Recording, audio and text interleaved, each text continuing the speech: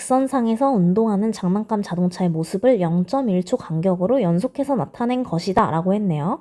자, 이를 설명한 내용으로 옳은 것을 보기에서 모두 고른 것은 이라고 했습니다. 지금 일단 요렇게 생긴 사진을 우리는 다중섬광 사진이라고 했었죠. 다중섬광 사진. 물체의 운동을 일정한 시간 간격으로 기록하는 그런 사진입니다. 그래서 보면 0.1초마다 10cm씩 일정하게 갔으니까 등속 운동을 하고 있고, 속력은 0.1초분에 10cm니까 0.1m네요. 그래서 그럼 1m/s의 속력으로 등속 운동하고 있는 자동차입니다. 자, 그랬을 때 기억 자동차의 속력은 1m/s다라고 해야 맞겠죠. X, 니은 자동차는 등속 운동하고 있고요. 디귿, 자동차의 이동 거리는 일정하게 증가한다. 그죠? 이동 거리가 1초에 1m씩 증가할 겁니다. 답은 4번. 2번, 그림은 고속열차와 버스의 시간에 따른 이동 거리를 나타낸 것이다. 고속열차와 버스의 속력의 비는? 이라고 물어봤네요. 자, 고속열차는 지금 1시간에 300km 갔으니까 1시간에 300km 갔다. 속력. 자, 그 다음에 버스의 경우에는 1시간에 100km 왔죠? 그럼 1시간에 100km 왔다. 라고 했을 때 이제 3대1의 B가 나오죠. 5번. 자, 3번 보겠습니다. 그림은 공중에서 가만히 놓은 물체의 속력을 시간에 따라 나타낸 것이다. 자, 가만히 놓았다고 했으니까 자유낙하 운동이겠죠? 자, 기억. 물체의 이동거리는 일정하게 증가를 했습니다. 그죠? 이동거리가 아니라, 그죠? 속력이 일정하게 증가했죠? 자, 우리 다들 알다시피 이동거리는 시간 곱하기 속력인데, 예를 들어 이 그래프를 지금 y는 뭐 9.8x 이렇게 둘 수 있을 거 아니야? 기울기가 9.8x니까. 그러면 우리 지금 이동거리는 속력 곱하기 시간인데, 자, 여기서 지금 x축이 시간이니까 여기 x로 두고, 그 다음에 속력은 y축이었는데 9.8x였으니까 9.8x로 두면 사실상 이동거리는 9.8x 제곱이라는 이제 2차 함수가 나오니까, 여러분들 또 요번에 2차 함수가 시험 범위죠, 수학. 요렇게. 사실 시간 속력 그래프는 요렇게 그려질 겁니다. 아이고. 시간 속력 그래프는 요렇게 그려질 겁니다. 그죠? 따라서 속력은 일정하게 증가하되, 그죠? 속력이래. 거리 그래프, 거리 그래프는 요렇게 y는 9.8x 제곱 2차 함수 형태로 그려질 거다. 자, 니은 물체의 속력은 1초당 9.8m/s씩 증가하죠. 디귿 운동하는 에스컬레이터의 시간에 따른, 자, 에스컬레이터 등속 운동을 하는 대표적인 물질입니다. 그죠? 따라서 시간 속력 그래프는 이런 식으로 이제 등속 운동을 하게 되고, 사실상 이제 요 그래프는 시간에 따른 이동거리 그래프랑 이제 똑같이 되겠죠. 답은 니은 2번입니다. 자, 4번 그림은 정지해 있던 물체가 자유낙하하는 모습을 1초 간격으로 나타낸 거래요. 자, 이랬을 때 설명한 내용으로 옳은 것을, 자, 이 문제가 이제 답지도 보면 답이 3번이라고 되어 있습니다. 자, 답이 3번이 되려면 전제가 하나 필요한데, 기억, 속력은 일정하게 증가한다. 그래서 속력이 일정하게 증가하죠. 중력 가속도만큼 증가하면, 니은, 공의 질량이 클수록 빨리 떨어진다. 요게 이제 틀리려면 우리가 공기와의 마찰이 없다. 요걸 이제 전제를 해줘야 되는데, 그죠? 공기 저항이 없다는 걸 전제해줬어야 되는데, 그죠? 디귿, 공의 운동 방향과 같은 방향으로 중력이 작용한다. 그죠? 지금 공의 운동 방향 아랫방향, 중력도 아랫방향.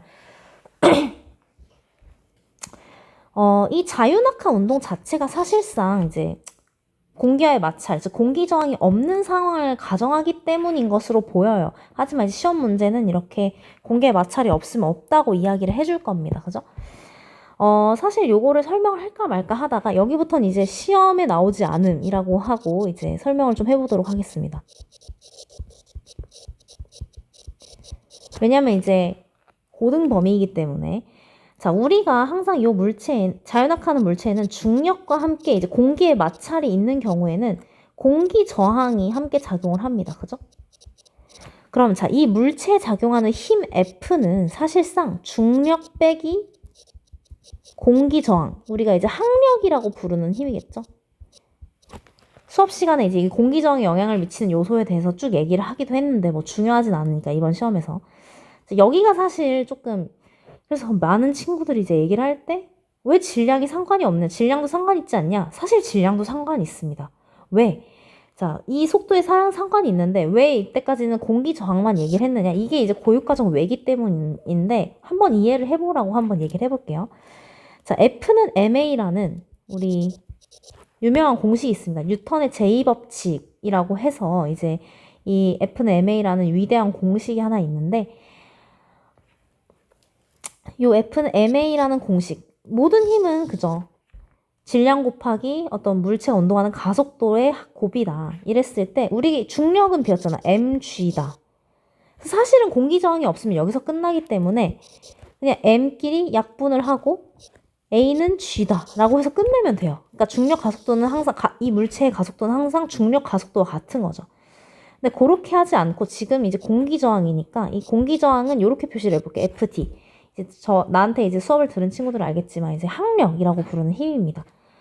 자, 그러면 사실상 중력 가속도를 m으로 나누면 이제 m으로 나누면 중력 가속도 그러니까 이 물체의 가속도는 g 중력 가속도에다가 질량분의 항력을 뺀 값이야. 그러니까 사실은 공기 저항만 영향을 끼치는 게 아니라 이 물체의 속도 변화에는 이 질량도 관련이 있습니다. 즉 질량이 크면 클수록 즉 질량이 크다는 건 분모가 크다는 거고 빼지는 값이 작아진다는 얘기니까 결국에 이 물체의 어떤 속력 변화는 거의 중력 가속도에 가깝게, 즉 속력 변화가 커지니까 속력이 올라가겠죠, 그죠? 따라서 원래는 이제 질량이 커지면 속력도 커지는 게 맞습니다. 근데 이제 교육과정 외기 때문에 우리는 이걸 다루지 않고 당연히 시험과 수업에 다 나오지 않는다라는 거. 혹시나 이제 궁금한 친구들이 있을까봐 설명은 해줬지만 다 고등 과정입니다. 따라서 우리는 그냥 공기 마찰이 없는 상황만 알면 된다. 즉 공기 마찰이 없으면 우리는 동시에 떨어진다고 할 거고 근데 사실 공기 마찰이 있다면 질량이 클수록 빨리 떨어진다. 왜? 이 물체가 떨어지는 가속도가 거의 지금 중력 가속도에 더 가까울 거기 때문에 그죠? 그래서 속력이 더 빨리 증가할 거기 때문에 라고 설명을 할 수는 있겠죠.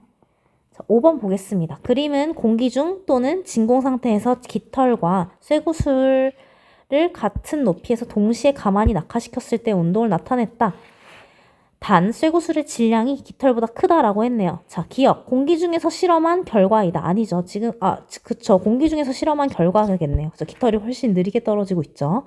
니은 깃털과 쇠구슬에 작용하는 힘의 크기는 서로 같다. 그래서 힘의 크기는 서로 같습니다. 그죠?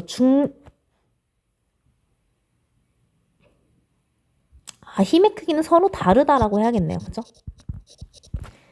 자, 왜? 이 힘의 크기라는 건 중력인데 이 중력은 질량에 비례한다고 배웠잖아요. 그죠? 따라서 힘의 크기는 서로 다를 거고 쇠구슬이 훨씬 클 거다. X. 자, 디귿. 진공에서 실험할 경우 쇠구슬과 깃털은 동시에 지면서 떨어지겠죠. 답은 3번이 되겠습니다.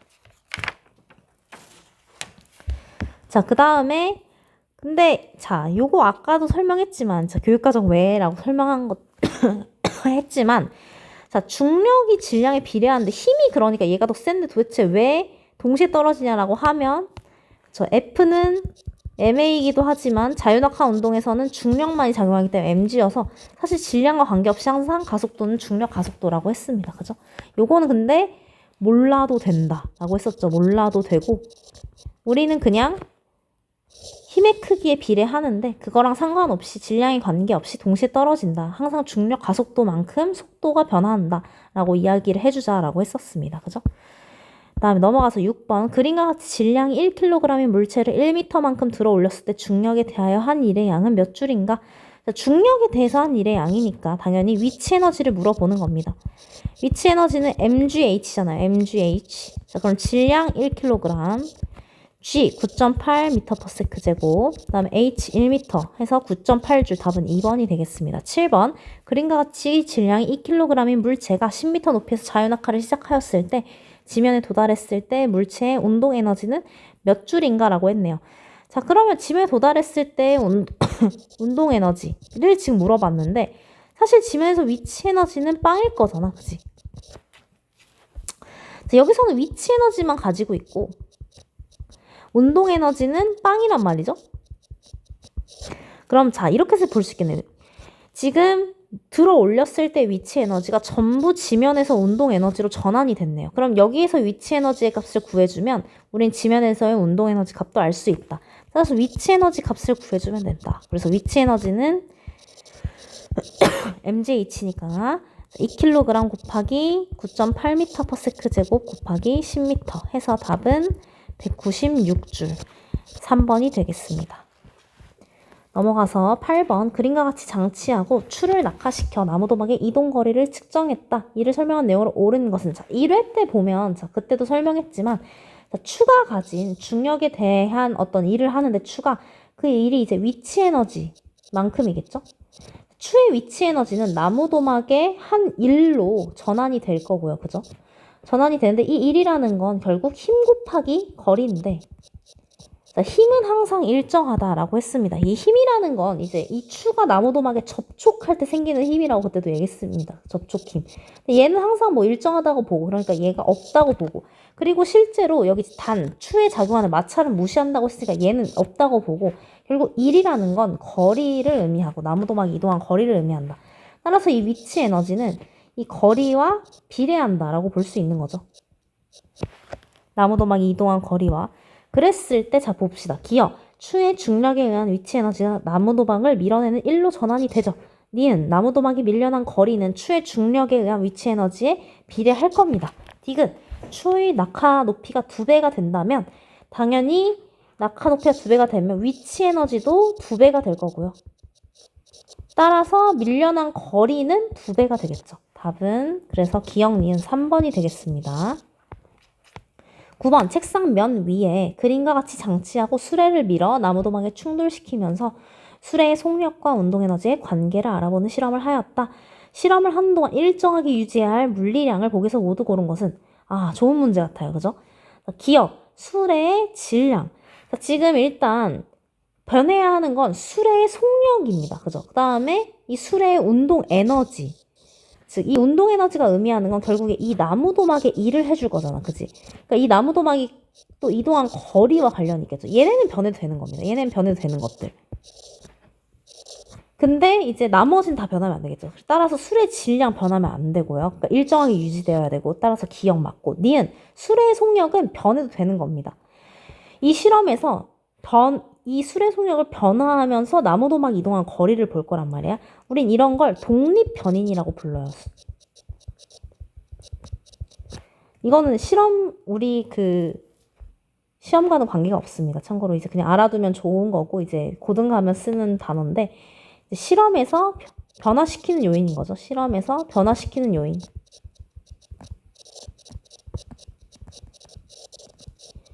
자, 그 다음에 자, 디귿. 나무도막의 질량 변하면 안 되죠. 그죠? 그래서 답은 2번 이렇게 나왔고 자, 리을. 나무도막이 미동한 거리. 이 독립변인의 영향을 받아서 변화하는 겁니다. 이런 걸 우리는 종속변인. 독립변인의 변화에 따라 종속돼서 결과가 나타난다고 해서 이제 실험에서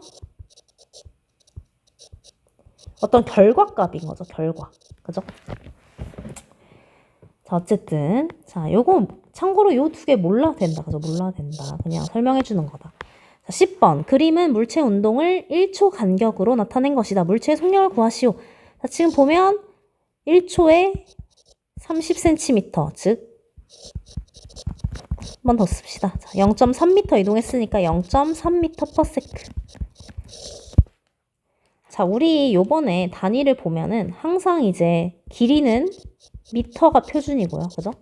그 다음에 지금 시간은 초가 표준이고 질량은 킬로그램이 표준입니다. 다 요걸 이 표준으로 맞춰서 해줘야 된다는 거. 그죠? 얘가 이제 표준. 이건 고등학교 가서도 마찬가지입니다. 그죠? 자, 11번. 그림은 고대 이집트인 A부터 E가 빗면과 돌, 흙, 토남을 이용하여 실제로 피라미드를 이렇게 건설했다고 하죠. 옆에 빗면을 설치해서 돌을 하나하나 쌓았다고 하는데 이때 1m 이동하는 동안 한 일의 양이 0인 사람을 고르고 자, 그럼 일의 양이 0인 거. 자, 그럼 일의 조건. 자, 1회차에도 나왔지만 자, 첫 번째. 자, 1이라는 건 거리 곱하기 힘이잖아요. 자, 그러니까 일단 힘이 작용돼야 된다. 즉 F가 0이 되면 안 된다. 자, 두 번째. 이동을 해야 되겠죠. 이동해야 한다. 즉, 이동거리 S가 0이 안 되면 되는 거겠죠. 그 다음에 세 번째. 힘의 방향과 그 다음에 이동 방향이 수직이 아니면 되는 거죠. 자, 이랬을 때 한 일의 양이 0인 사람을 고르고라고 했네요. 자, 그럼 지금 딱 보면 A가 일단 바로 여기 이 상태에서 1m 이동한다고 해서 그죠? 지금 보면 A가 세 번째 조건을 어겼잖아. A이고 일단 힘의 방향. 자, 미안해. 냉방병에 걸려가지고 이제 계속 기침이 나옵니다. 힘의 방향, 위쪽 방향이죠? 그 다음에 나아가는 방향과 이동 방향, 앞방향이죠? 이 수직이기 때문에, 그죠? 자, B, C, D는 다 보면은, B를 보면은, 자, 지금 미는 방향대로 물체가 이동을 하고 있죠. 자, 일을 하고 있습니다. C, 자, 들어 올리고 있는데, 물론 이제 정확하게 위로 올라가고 있는 건 아니지만, 1m 이동하면 요만큼은 위로 올라갈 거잖아. 이만큼은 위로 올라갈 거기 때문에, 이제 자, 다시. 중력이 지금 이렇게 작용하고 있을 거고, 이에 대해서 얘가 이렇게 힘을 주고 있을 건데, 빗면에 요만큼 올라가는 만큼, 요만큼은 이제 올라갈 거기 때문에 얘는 일을 하고 있다고 볼 수 있고, D는 요쪽으로 밀어주고 있으니까, 그죠? 이만큼 물체가 이동했고, E도 마찬가지로 이제 힘을 줘서 이 물체를 끌어당기고 있기 때문에, 그죠? 똑같이 물체 이동 방향과 운동 방향이 같다. 힘을 준 방향과 운동 방향이 같기 때문에 상관없다. 자, 12번. 그림과 같이 질량이 1kg인 수레를 4m/s 속력으로 나무도막에 충돌시켰더니 나무도막이 2m 이동한 후 정지하였다라고 했네요. 자, 그랬을 때 질량이 2kg인 수레를 2m/s 속력으로 나무도막에 충돌시키면 나무도막이 몇 미터 이동한 후 정지하는지 풀이과정과 함께 구해라 라고 했네. 자, 그럼 이렇게 하면 되겠죠. 자, 이 수레의 운동 에너지를 구하면 되겠지. 그럼 운동 에너지, 수레의 운동 에너지는 맨 처음에 2분의 1 mv 제곱일 테니까 2분의 1 곱하기 1kg 곱하기 4m/s의 제곱. 이렇게 해서 지금 8줄의 운동 에너지로 밀었더니 나무도막이 2m 이동했대요. 그죠?